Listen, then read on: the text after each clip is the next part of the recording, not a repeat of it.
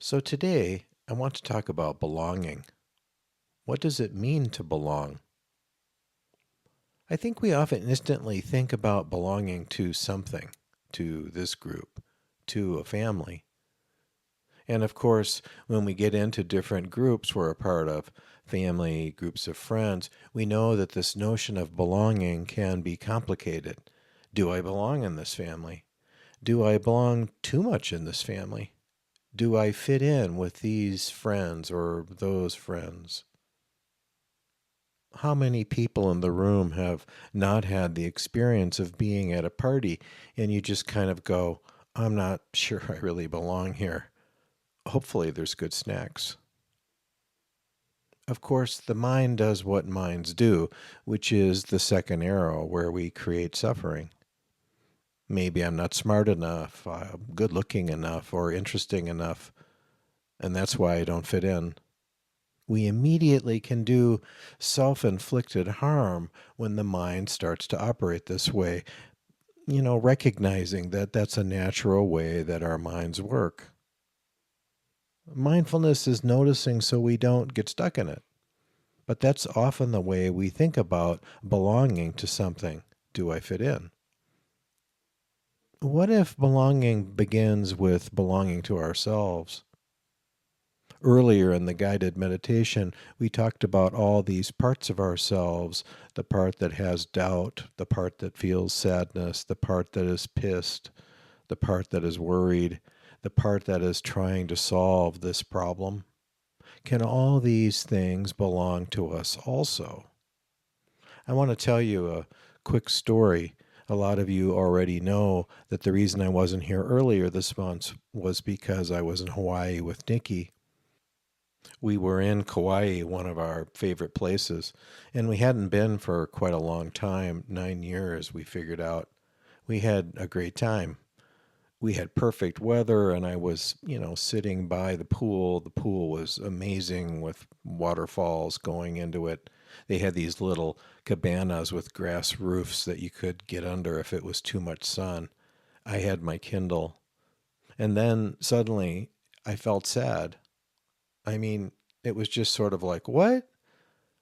There's an intruder who has interrupted my paradise. And initially I kind of was shocked. What's going on? Everything in this place is perfect as it could possibly be. And in that moment, what came forward was sadness and then memories of our dog Yogi. He died a few months ago. That's really potent still. Of course, there was a part of me that wanted to get rid of this. I don't want this. I'm here to have bliss, right? Isn't that why you go to Hawaii or other places? In that moment, that's not what it was. I was really rejecting that part of me initially. Fortunately, that day, that moment, mindfulness was there because I could see what was happening. I didn't want to give that sadness a home. I didn't really want to have the thoughts. I wanted to exile these parts of me because it was too painful. Plus, I created this story, which you could see how these emotions and stories feed on themselves in a vicious cycle. The story was that this should be bliss at every moment, and there's something wrong with me if it's not. But because I could see what was happening, I could soften, allow it to be there. I didn't like it being there, but I said, come home, come home. Because we can't care for what is exiled unless it comes home, unless we let it come home. And like all things do, guess what?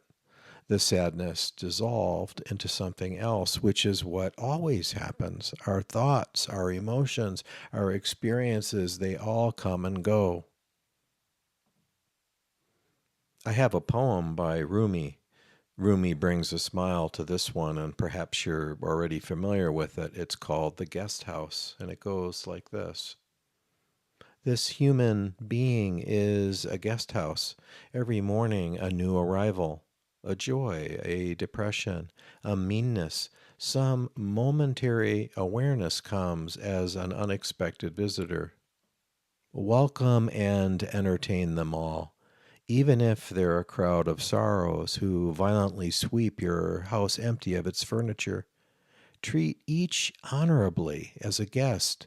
He may be clearing you out for some new delight. The dark thought, the shame, the malice, meet them at the door laughing and invite them in. Be grateful for whatever comes because each has been sent as a guide from the beyond. It's really potent, isn't it? It gets right at this notion of belonging. I want to emphasize here it's not that we have to be happy to have painful thoughts come home or the emotion come home.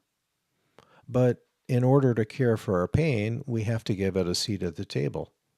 And of course, what we also know is that when we exile parts of ourselves, there's a cost that's associated with that.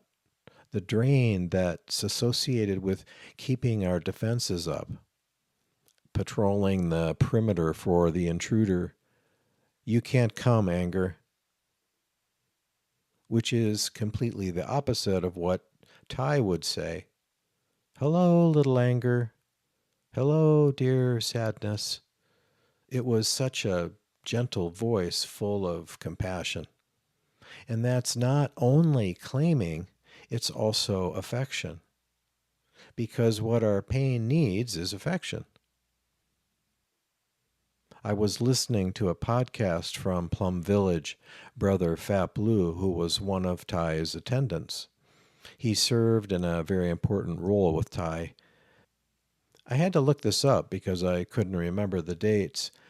Thai died in 2022, and in 2014 he had a massive stroke and he couldn't talk after that, and most of his right side was paralyzed. And Fat Blue said that during a rehab session, Thai finally just shook his head. And then his left hand, the side that could still function, came up and simply touched his cheek. Actually, you might even, if it feels right for you, take your hand and put it somewhere on yourself where it allows you to receive affection. Sometimes a hand over the heart is a good place. But just to receive affection. It's like rain in the desert. This hand, this affection we need. So I told you the Hawaii story. What? These thoughts and feelings intruding in my bliss. Then a couple of days ago, there was a leak in my irrigation system. It was 103 degrees. Different than Hawaii, but a different kind of suffering. Because the story that came forward was, this is not what I planned to be doing this afternoon. This is unfair. It's hot. It's sweaty. Oh my God. There's another leak over there that I probably should fix. And yet there was just this sense of, oh, this too. Inconvenience, irritation.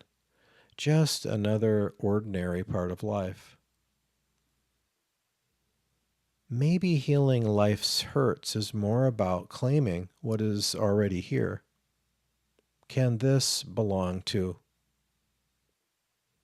Maybe even smile a little bit.